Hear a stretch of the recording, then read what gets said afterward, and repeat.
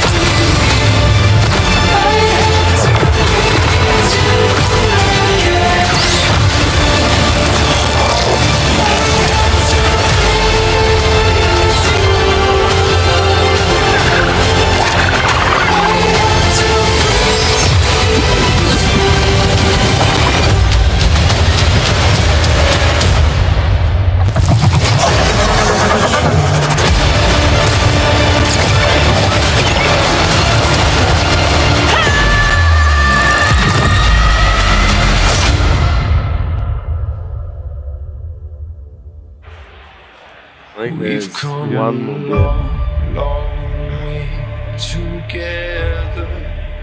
All right, let's do it. Okay, well, welcome everyone. So this is a fireside chat with Kieran, which is actually my first time I'm meeting him in real life. I've had the good fortune of, full disclosure, I'm an investor in illuvium and one of the more exciting projects. So anyways, I think, welcome Kieran. Thank you, thanks for having me. So what you just saw there was the first trailer of the open world of illuvium, right? Yeah, so part of the auto battler, part of the overworld, yeah, which was probably, I think that came out in December. Yeah. So tell us a little bit about your journey of starting illuvium, what you want to do there, and what really just sparked the idea. Yeah, so Kane, as you know, Kane, my other brother, he started Synthetics, which is another crypto protocol. He really pushed me to get back into crypto. I was investing back in 2016 in Ethereum, and I stumbled upon a game inside of crypto, and I was like, whoa, this actually allows you to have verifiable ownership of your assets. That's what gamers have been wanting for years and years and years. If you think World of Warcraft, you've got people that generate all this gold, they have nowhere to sell it, so they do it on eBay and stuff. And I was like, this solves everything. The only issue was there were no really appealing games to me where I went, this is something I would play. So then I went to my two other brothers and I said, let's build a AAA game. Let's do it. Yeah.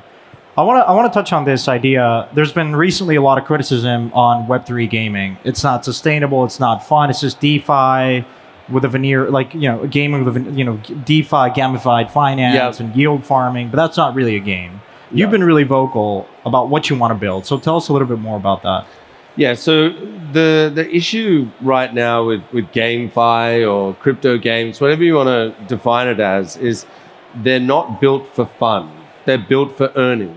And the earning part of a crypto game needs to be the ancillary part of it, right? It's first and foremost, it has to be fun, has to be immersive, it has to be addictive. It needs to be replayable to the point where people are streaming it, like the type of games that mainstream gamers are used to, Fortnite, World of Warcraft, that level of fun. Yeah. How do you compete against the Fortnite? you need to have a lot of funding, which luckily, thanks to you and a bunch of other VCs, we got that. And that allows you to build a big team. So we've got just under 200 in our team at the moment, which is one of the biggest teams in crypto in general. But that's what you need in order to be able to build out a proper immersive game that can actually compete with other AAA titles out there. Yeah.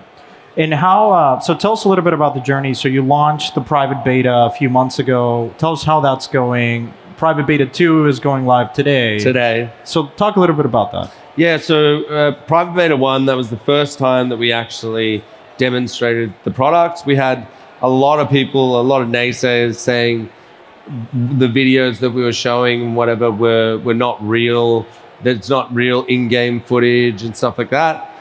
So private beta 1 sort of dispelled all of those myths, and people were like, wow, these graphics that Grant has been so adamant about, they're real and they're playable.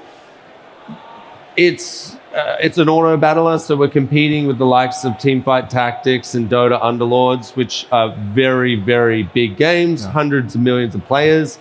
I would say private beta 1 was maybe 30% of the way there. Private beta 2 is probably 60% of the way there. So we're not at that AAA level yet, but once we go into private beta 3, which has PvP, and we can add yield and tournaments and stuff like that, I honestly think that at that point we can compete with the likes of League of Legends, Teamfight Tactics. And what does that roadmap look like? So what's the grand vision for illuvium, say, in 2-3 years' time? Yeah, so we're building an interoperable blockchain game. So that's what the power of blockchain gives us.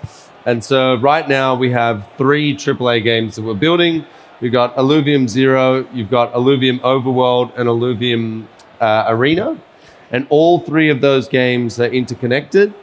And you can use the same assets, port them into each game. You don't have to play all 3 at once. You can play just one of them if you like. But the journey over the next 6 months is basically getting those 3 games polished and ready for launch. And then after that, that's when we start adding more games into this universe. And the key thing is they're all interoperable. Right.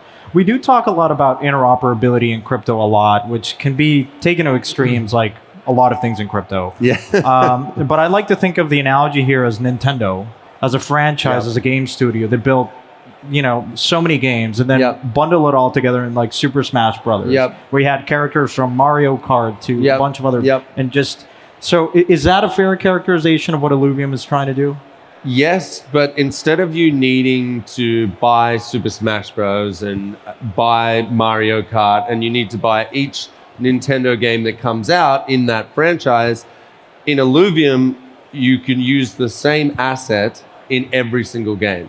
So, for example, we are thinking about Mario Kart was one of my favorite games growing up, same with my brothers.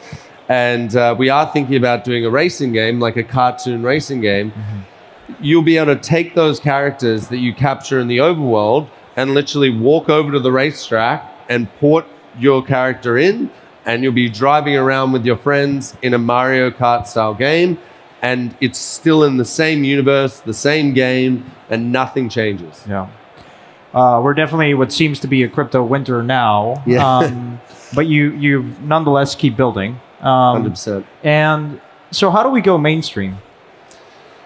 We have to build fun games. That's the first thing. But the other thing is we can't have barriers to entry. That's been one of the biggest issues with the current crypto market, crypto games.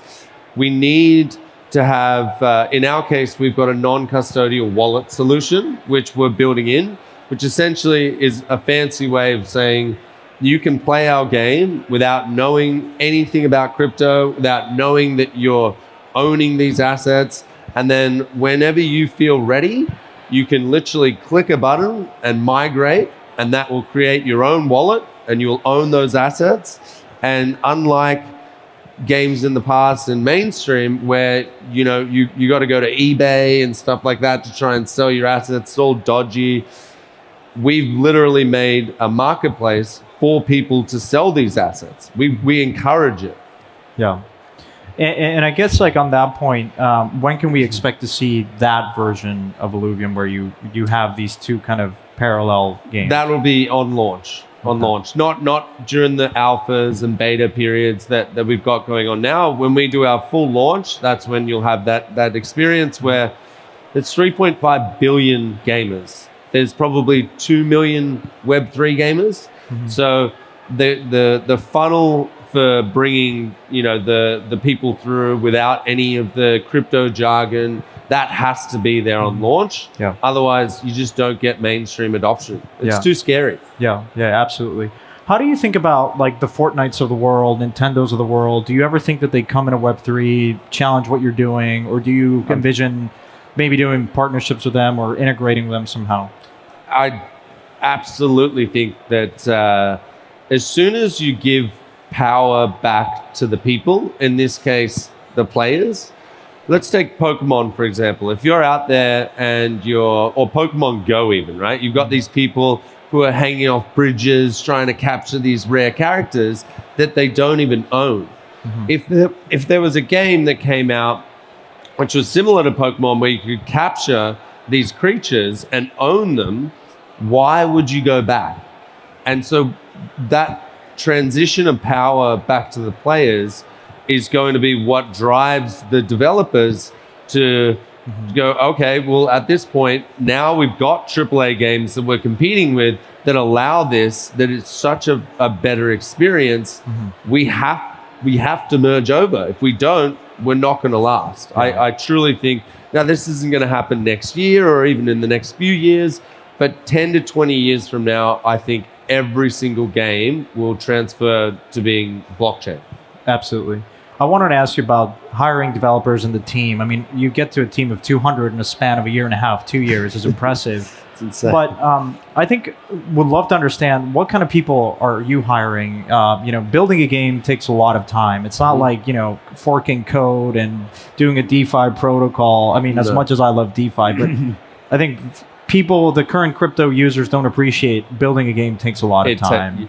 So how do you, I'm curious, what kind of developers, creative, I mean, it takes an army to build these games. 100%. How easy is it for you to convince them to come and join a team like illuvium versus going to... We've gone after experts. To be able to build a AAA game, you realistically need about 1,000 people in the studio. That's the first thing. The only way to get around that is to literally hire the best of the best that have worked on games like World of Warcraft. We've got multiple guys that we poached from Riot and, these Ubisoft, all of these guys, Nintendo, and we were able to do it. Luckily at the start, Grant, our art director, and my brother, he was one of the best modelers in the world.